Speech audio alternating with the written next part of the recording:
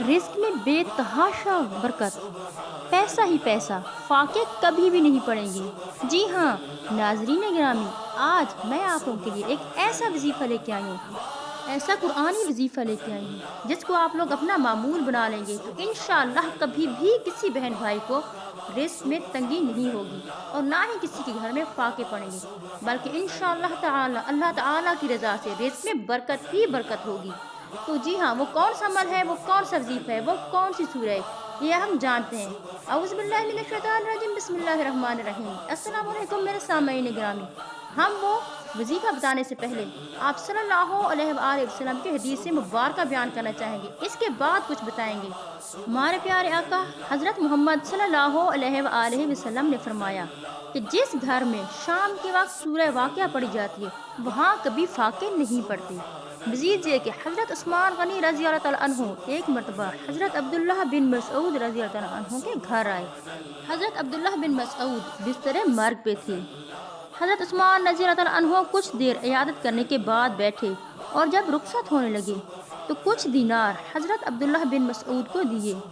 تو آپ نے فرمایا، یعنی کہ حضرت عبداللہ بن مسعود نے فرمایا کہ یہ کیوں؟ اس پر حضرت عثمان غنی رضی اللہ تعالیٰ عنہ نے فرمایا کہ یہ کچھ درہم ہیں جو آپ کے کام آئیں گے۔ تو حضرت عبداللہ بن مسعود مسکرائے اور فرمایا کہ میرا وقت اس دنیا سے رخصت ہونے کے قریب ہے، پھر میری کون سی ضروریات؟ تو حضرت عثمان رضی اللہ تعالیٰ عنہ نے فرمایا کہ آپ کی بیٹیاں ہی بیٹیاں ہیں، کوئی بیٹا نہیں ہے، تو یہ پیسے ان بیٹیوں کے کام آ جائیں گے۔ تو حضرت عبداللہ بن مسعود رضی اللہ تعالیٰ عنہ نے فرمایا کہ یہ آپ لے جائیں اور کسی اور ضرورت مند کو دیں، میں اپنی بیٹیوں کو خزانہ دے کے جا رہا ہوں۔ یہ سن کر حضرت عثمان غنی رضی اللہ تعالیٰ عنہ نے فرمایا کہ آپ کے پاس تو کچھ بھی نہیں ہے،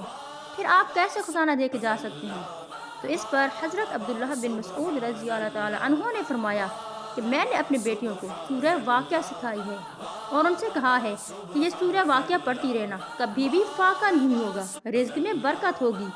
میں اپنی بیٹیوں کو خزانہ یعنی کہ سورہ واقعہ دے کے جا رہا ہوں اور مجھے کوئی بھی پریشانی نہیں ہے اور میری بیٹیاں اس پر مطمئن ہیں، اور ان لوگوں نے، میری بیٹیوں نے اس کو اپنا معمول بنا لیا ہے، اسی لیے گزارش ہے کہ یہ پیسے کسی اور کے کام آ جائیں گے، آپ یہ کسی اور ضرورت مند کو دے دیں۔ یہ سن کر حضرت عثمان غنی رضی اللہ تعالیٰ عنہ کو خوشی ہوئی کہ حضرت عبداللہ بن مسعود نے اپنی بیٹیوں کو کیا ہی اچھا خزانہ دیا ہے۔ اس کے علاوہ حضرت سہل بن سعد سعدی کی روایات سے ہے کہ ایک مرتبہ ایک شخص حضور اکرم صلی اللہ علیہ وآلہ وسلم کی خدمت میں حاضر ہوا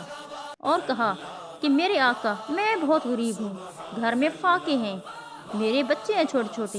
اور میں کیا کروں؟ کوئی ایسا طریقہ بتائیں کہ میرے رزق میں اضافہ ہو، رزق میں برکت ہو اور کھانے کے لیے کچھ ہو۔ اس پر ہمارے پیارے رسول صلی اللہ علیہ وآلہ وسلم نے فرمایا کہ جب بھی تم گھر میں جاؤ تو سب سے پہلے اپنے گھر والوں کو سلام کرو اور اس کے بعد سورہ اخلاص یعنی کہ قل هو اللہ احد یہ والی سورہ تلاوت کرو اس کی، اور اس کو اپنا معمول بنا لو۔ انشاءاللہ تمہارے گھر میں کبھی فاقے نہیں پڑیں گے اور رزق میں برکت ہوگی، اور اس چیز کو اپنا معمول بنا لو۔ چنانچہ وہ غریب شخص وہاں سے گیا اور اس کے بعد اس نے اس چیز کو اپنا معمول بنا لیا کہ جب بھی گھر میں داخل ہوتا تو سب گھر والوں کو سلام کرتا اور اس کے بعد سورہ اخلاص پڑھتا، یعنی کہ گھر میں داخل ہوتے وقت سلام کرنے کے بعد سورہ اخلاص پڑھتا اور اس چیز کو معمول بنا لیا۔ اور پھر کیا ہوا کہ نہ صرف اس شخص کے گھر میں فاقے ختم ہوئے اور نہ ہی صرف اس کے رزق میں برکت ہوئی اور نہ ہی صرف وہی امیر ہوا، بلکہ اس کے ساتھ پڑوسی بھی، ان کے گھروں میں بھی فاقے ختم ہو گئے، ان کے رزق میں بھی برکت آ گئی اور ان کے پاس بھی فراوانی آ گئی پیسے کی۔ تو سامعین گرامی، جہاں پر اللہ تعالیٰ کا کلام قرآن پاک تمام مسلمانوں کے لیے سرچشمہ ہدایت ہے، وہاں پر تمام لوگوں کے لیے قرآن پاک میں شفاعت بھی ہے، لیکن بشرط یہ کہ مسلمان قرآن پاک کو پڑھیں اور اس پر عمل کریں، کیونکہ اللہ تعالیٰ قرآن پاک کے ایک ایک حرف پڑھنے پر 10 نیکیاں دیتا ہے، لیکن یہ نہیں کہ ایک ایک حرف پڑھا تو بس پڑھا،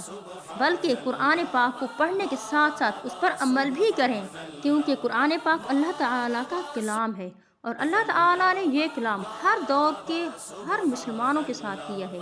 یہی نہیں کہ یہ قرآن پاک صرف اس وقت کے لوگوں کے لیے ہے جو جس دور میں یہ نازل ہوا، بلکہ آج بھی جو لوگ پڑھ رہے ہیں اللہ تعالیٰ ان سے مخاطب ہے ہر کسی کو اس بات کا جواب دینا ہے۔ قرآن پاک پڑھ کر اس پر عمل نہ کرنا سخت گناہ ہے۔